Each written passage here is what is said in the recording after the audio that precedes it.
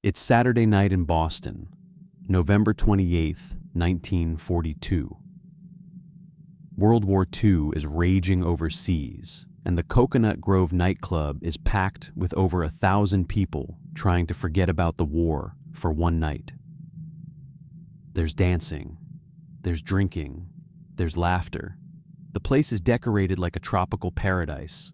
Fake palm trees, fabric ceiling drapes, flammable decorations everywhere. In 15 minutes, 492 of them will be dead. The Cocoanut Grove Fire wasn't just a tragedy. It was a perfect storm of greed, negligence, and panic that changed fire safety laws across America forever. This is the story of the deadliest nightclub fire in U.S. history, and the choices that turned a Saturday night into a massacre. The Cocoanut Grove was a hotspot in Boston's nightlife scene. It was glamorous, it was exclusive, and it was packed every single night. On November 28, 1942, it was beyond packed. It was dangerously overcrowded. The club had a legal capacity of 460 people. That night, there were at least 1,000 people inside.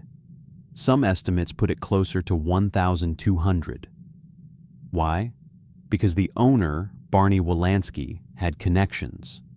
He was politically connected, he paid off inspectors, and he didn't care about capacity limits. More people meant more money. Fire codes were just suggestions to him. The building itself was a death trap. It had been cobbled together from multiple structures over the years, a maze of rooms, hallways, and staircases that didn't make sense.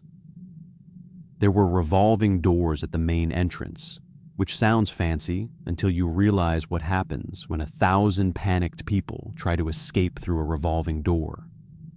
And the decorations? Flammable. The fake palm trees were made of paper and cloth. The ceiling was covered in fabric satin. The walls were lined with leatherette, a cheap, highly flammable imitation leather. It was beautiful, and it was a tinderbox. At around 10:15 p.m., a 16-year-old busboy named Stanley Tomaszewski was told to fix a light bulb in the downstairs Melody Lounge. The bar was dimly lit, part of the romantic atmosphere, and he couldn't see well in the dark, so he lit a match.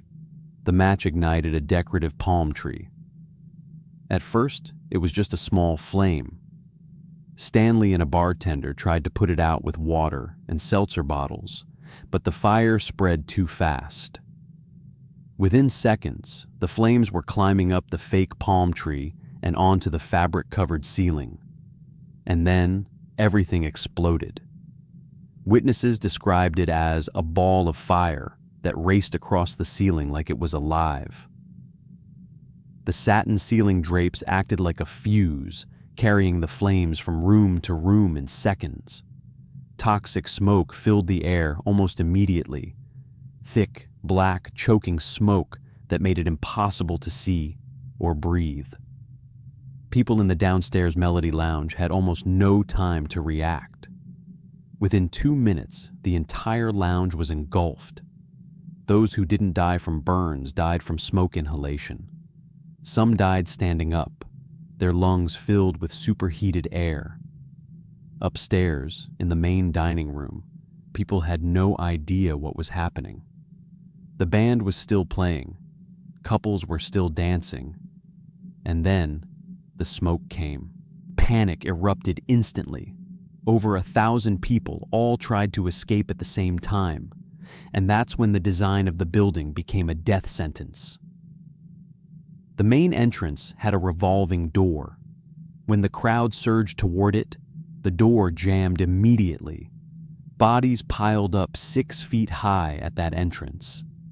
People couldn't push forward, they couldn't pull back, and the fire was closing in behind them. Other exits were locked.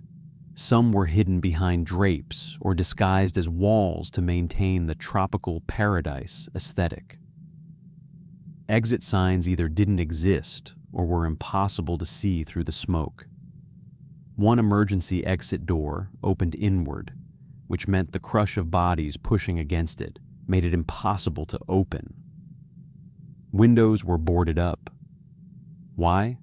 Because the owner didn't want people sneaking in without paying. He prioritized profit over safety, and it cost nearly 500 lives. In the panic, people trampled each other. Husbands and wives were separated in the chaos. Some people made it to exits only to find them locked or blocked. Others never made it at all. They collapsed from smoke inhalation before they even knew which way to run.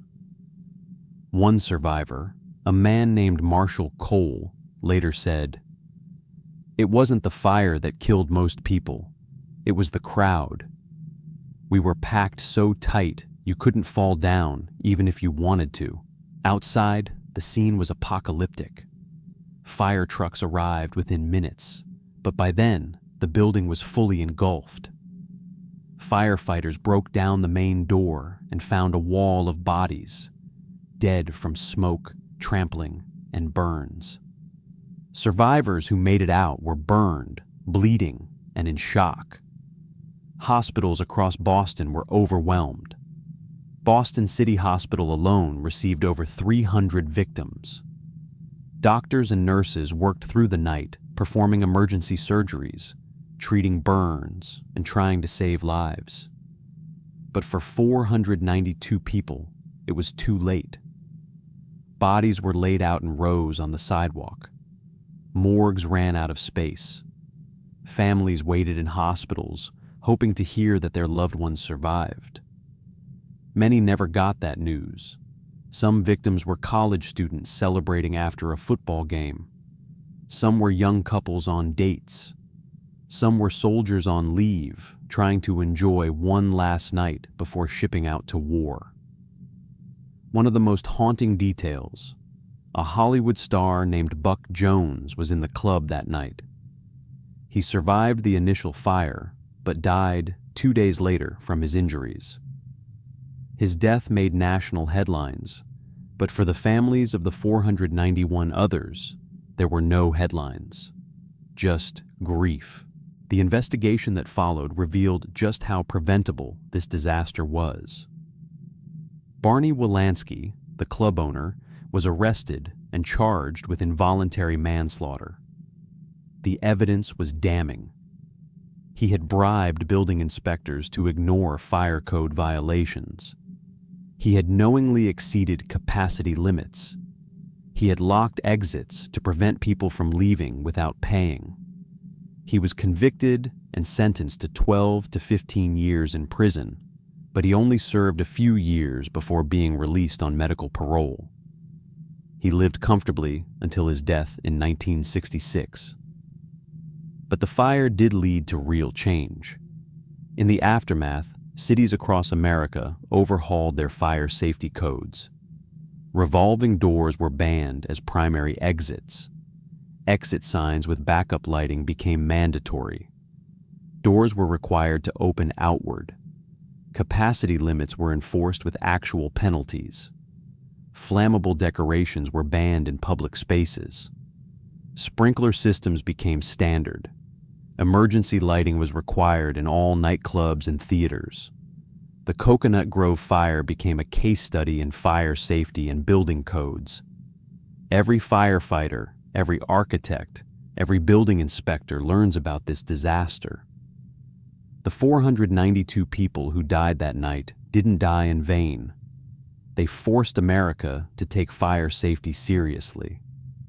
But here's the uncomfortable truth. It didn't have to happen. If Barney Wilansky had followed the law, those 492 people would have gone home that night. If exits hadn't been locked, if the building hadn't been overcrowded, if the decorations hadn't been flammable, if any one of those things had been different, this would have been a small kitchen fire, not a massacre. The Cocoanut Grove Fire is a reminder that safety regulations aren't just bureaucratic red tape. They exist because people died. Every fire exit sign, every sprinkler system, every capacity limit, they're written in blood. The next time you're in a crowded bar or restaurant, look for the exits. Notice the sprinklers. Check the exit signs. Those things exist because 492 people didn't have them, and they paid the price.